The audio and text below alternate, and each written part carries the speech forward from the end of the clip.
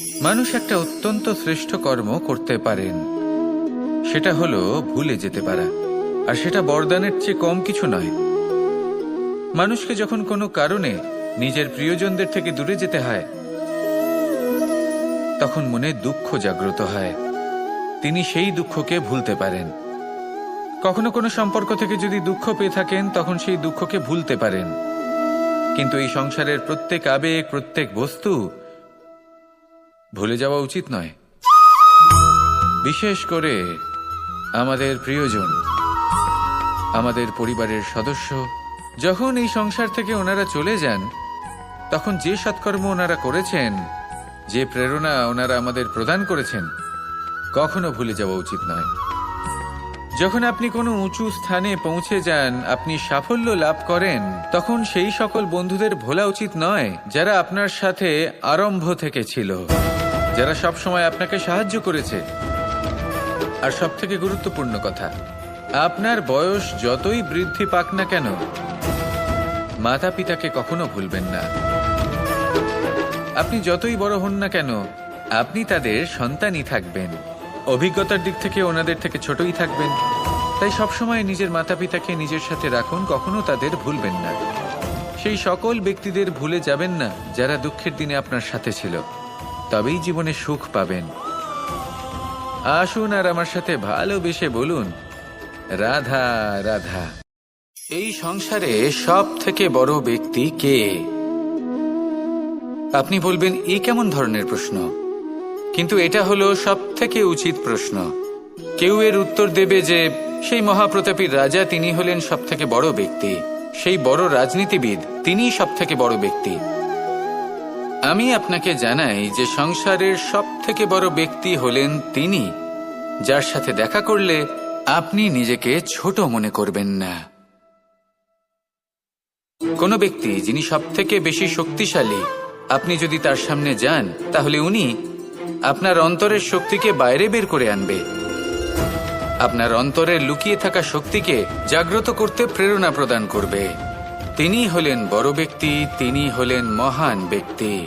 তিনি নন যিনি নিজের বল এবং ঐশ্বর্য দ্বারা আপনাকে তার সামনে ছোট প্রমাণ করবেন। এবং সেই জন্য মহাদেব আমার আরাধ্য হলেন আমার খুব প্রিয়। কারণ রাজা হোক বা ফকির, কেউ যদি ওনার সামনে যান, তাহলে সে নিজেকে ছোট মনে করেন না। আপনিও যদি জীবনে অনেক বড় হতে চান, তাহলে কাউকে কখনো। নমস্কার বন্ধুরা, কৃষ্ণপ্রিয়া 007 চ্যানেলটিতে সকলকে স্বাগত জানাচ্ছি। তোমরা যে শ্রীকৃষ্ণের বাণী ভিডিওগুলো পাচ্ছ, এগুলো তোমাদের কেমন লাগছে? তোমরা আমাকে একটা ছোট্ট করে লাইক দিয়ে কমেন্ট শেয়ার করে আমাকে জানিও, এবং পাশে থাকা বেল আইকনটি তোমরা প্রেস করে দিও। নতুন নতুন সুন্দর সুন্দর ভিডিও পেতে তোমরা বেলটি প্রেস করো। মনে হয় একজন অসমর্থ ব্যক্তি সমর্থ ব্যক্তিকে নত করে দেন। এটা সম্ভব, এও হতে পারে। আর এটা তখন হতে পারে যখন তার মধ্যে ভালোবাসার শক্তি থাকে। ভালোবাসার শক্তি এই সংসারে সব থেকে বড় শক্তি হয়। এই ভালোবাসার শক্তি দ্বারাই নির্ধন সুদামা আমাকে দিয়ে নিজের পা ধুইয়ে নিল, কিছু না বলেই, কিছু না চেয়েই। এই কর্মের আধার ছিল শুধুমাত্র ভালোবাসা। খুব শক্তিশালী হয় এই ভালোবাসা। ভালোবাসার শক্তি দ্বারাই আপনি হিমালয় পর্বতকে নত করতে পারেন, তাহলে কি অসম্ভব হতে পারে? এই ভালোবাসার শক্তির সঞ্চার করুন, আর এই ভালোবাসার সাথেই বলুন, রাধা রাধা। মানুষের জীবনে স্বচ্ছতার একটা আলাদা গুরুত্ব আছে। যদি আপনি নিজেকে স্বচ্ছ রাখেন, তাহলে আপনার নিজেরও ভালো লাগবে, সামনের ব্যক্তিরও ভালো লাগবে, একটা অন্যরকম প্রভাব পড়বে। কিন্তু একজন শ্রেষ্ঠ ব্যক্তি কিভাবে হয়ে ওঠা সম্ভব? যার মধ্যে গুণ আছে, শিক্ষা আছে, শুভ চেতনা আছে, যিনি সৎকর্ম করেন। কিভাবে হব সেই ব্যক্তি যার মধ্যে জ্ঞান আছে? শুধুমাত্র স্বচ্ছ থাকলে তো তা হওয়া সম্ভব নয়। প্রথমে আপনাকে বুঝতে হবে যে মানুষের মধ্যে 4টি মূল তত্ত্ব আছে। প্রথম হলো তার শরীর, যার দ্বারা উনি যে কোনো কর্ম করে থাকেন। দ্বিতীয় তত্ত্ব হলো তার মন, যার দ্বারা কোনো কর্ম করার জন্য সে নিজেকে প্রেরণা দিতে থাকে। তৃতীয় তত্ত্ব হল বুদ্ধি। যে কর্ম আমরা করতে চাই, যে লক্ষ্যে আমরা পৌঁছতে চাই, সেটা আমরা কিভাবে কোন পথে করব সেটা স্থির করা যায় বুদ্ধি দিয়ে। আর চতুর্থ তত্ত্ব হলো আত্মা। আত্মা হলো এমন এক তত্ত্ব যার কোনো সমাপ্তি নেই। আত্মা হলো অজয়, কিন্তু এরও শুদ্ধিকরণের প্রয়োজন হয়। এই চারটি তত্ত্বের শুদ্ধিকরণ করতে থাকুন, এতে নির্মল রাখুন, শুদ্ধ রাখুন। এবং এটা কিভাবে হবে? শুভ চেতনা দ্বারা, জ্ঞানের দ্বারা, এবং সবথেকে বেশি গুরুত্বপূর্ণ প্রেমের দ্বারা। আসুন আমার সাথে ভালোবেসে বলুন, রাধা রাধা।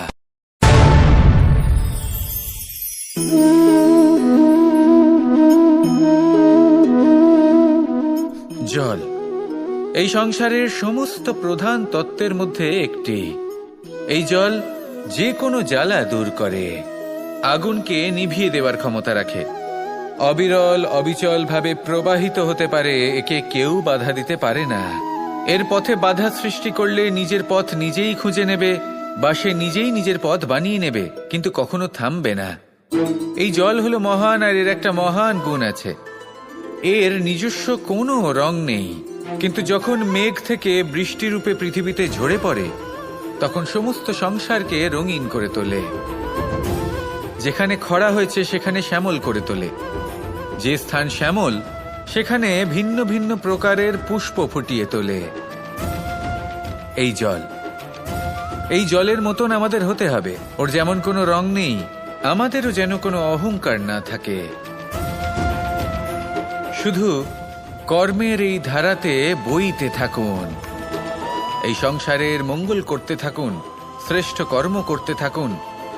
এই সংসারকে এটা বলার কোনো প্রয়োজন নেই যে আপনি কে। আপনি যদি কর্ম করতে থাকেন, তাহলে এই সংসার নিজে থেকেই আপনার মূল্য জানতে পারবে। আর তখন এই মন প্রসন্ন হয়ে বলবে, রাধা রাধা। একদিকে হলো আঙুর, আর অন্যদিকে কিশমিশ। দেখতে গেলে এই দুটোই সবারই খুব প্রিয়। শিশু হোক, যুবক হোক, বা কোনো বৃদ্ধ ব্যক্তিই হোক না কেন। আর দেখতে গেলে এই কিশমিশ, এটা আঙুর থেকেই আসে, তারই অন্য একটি রূপ। কিন্তু কখনো হাটে যান আর গিয়ে জিজ্ঞেস করুন যে এই কিশমিশ আর আঙুর, এই দুইয়ের মধ্যে অধিক মূল্য কার? আপনিও নিশ্চয়ই জানবেন যে কিশমিশের মূল্য আঙুরের থেকে অনেক গুণ বেশি। এবার এরকম কেন হয়? এর পেছনে কি কারণ থাকতে পারে? একদিকে হলো সেই আঙুর যা টাটকা অবস্থায় গাছ থেকে পেড়ে খাওয়া যায়, আর অন্যদিকে হলো কিশমিশ যাকে মাসের পর মাস রোদে ফেলে রাখা হয়। একদিকে আঙুর যা কিনা অত্যন্ত রসালো, আর কিশমিশে কোনো রসই নেই।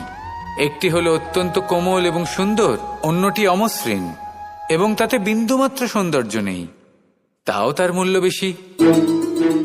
এইসব কেন হয়? এই কারণেই হয় কারণ সেই আঙুর অনেক মাস পর্যন্ত রোদ সহ্য করে থাকে, কষ্ট সহ্য করে থাকে, তবেই সেই আঙুর কিশমিশে পরিণত হয়।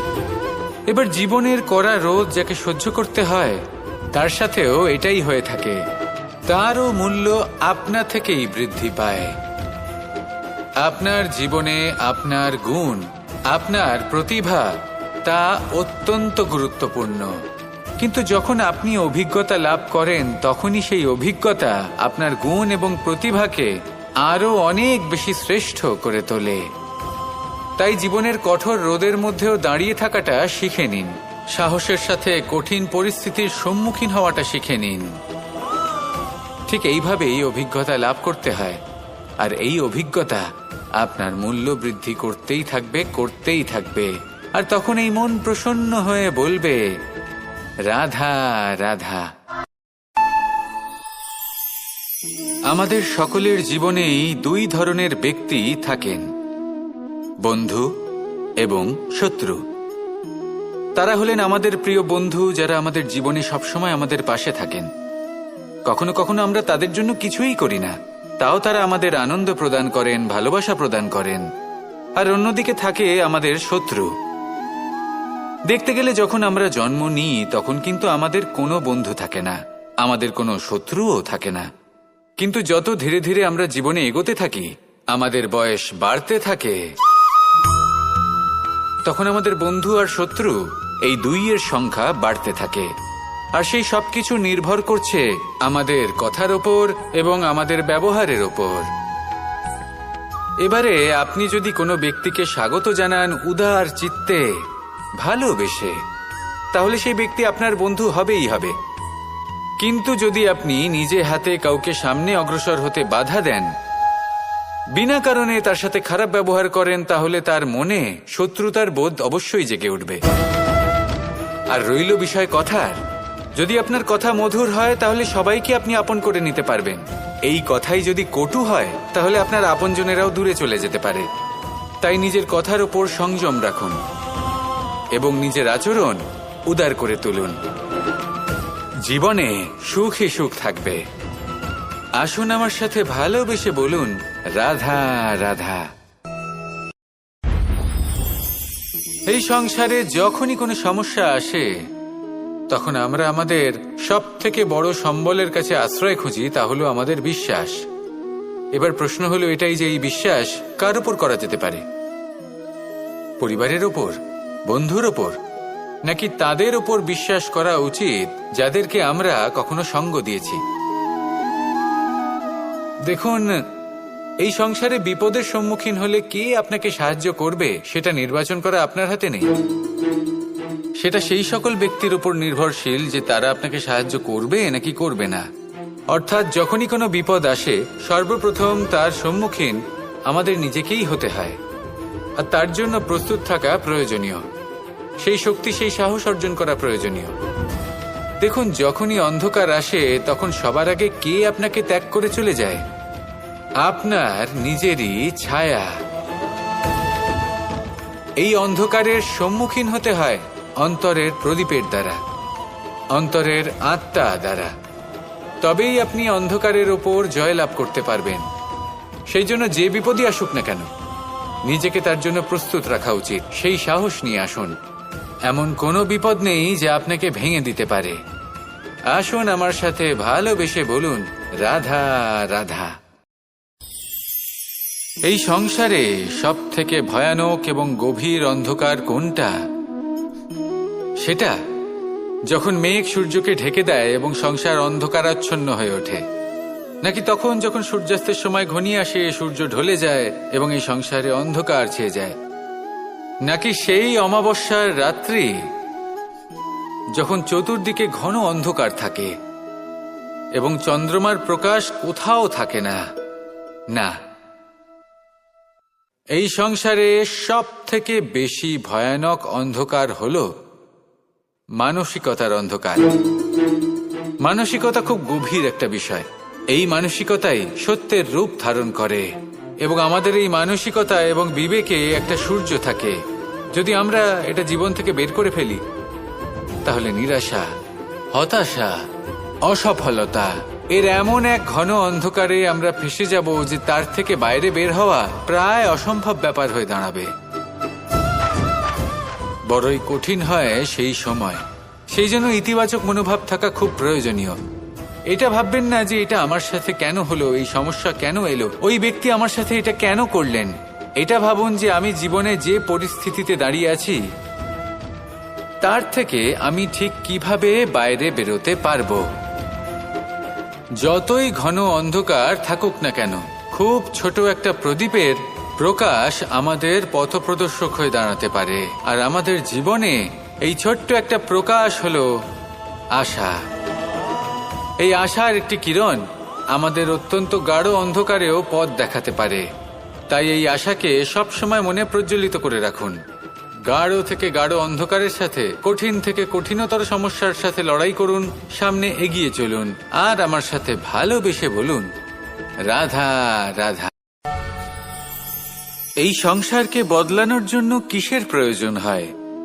আপনার ভাবনা চিন্তার, আপনার মতামতের? না, এই সংসারকে বদলানোর জন্য প্রয়োজন পড়ে সেই উদাহরণের যা আপনি নিজের জীবনে প্রস্তুত করেন। আপনি যখন নিজেকে বদলানোর চেষ্টা করেন তখন আপনি কি করেন?